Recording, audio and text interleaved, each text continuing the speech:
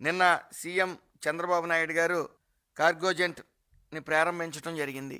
మరి అందులో భాగంగా సీఈఓ గారు 25,000 ఉద్యోగాలు భర్తీ చేస్తాం త్వరలో అని చెప్పి కూడా ప్రకటించడం జరిగింది.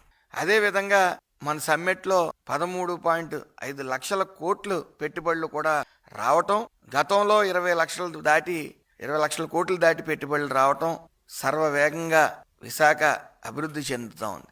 అయితే ఈ కోడిగుడ్డు మంత్రి మరి అనేక హాస్యాస్పద వ్యాఖ్యలు చేస్తూ ఉన్నారు.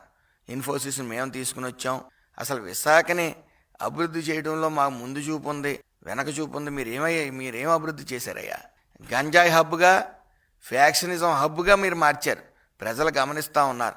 ఎక్కడ పెట్టుబడులు ఫేక్ పెట్టుబడిదారులు వస్తూ ఉన్నారు, వాళ్ళకి భూములు కేటాయిస్తానని చెప్తున్నా ఉన్నారు. అనేక అవినీతి కేసులు మీరు చంద్రబాబు నాయుడు గారి మీద పెట్టారు. అవి ఏమైనా నిలబడతా ఉన్నాయా? ఒక్కొక్కటిగా వీగిపోతా ఉంది. మీ నాయకుడు జగన్మోహన్ రెడ్డి గారికి దమ్ము లేక కోర్టుకు వెళ్ళే విధానాన్ని మరి పక్కదోవ పెట్టించి అనేక అర్జీలు పెడతా ఉన్నారు ఆయన కోర్టుకి.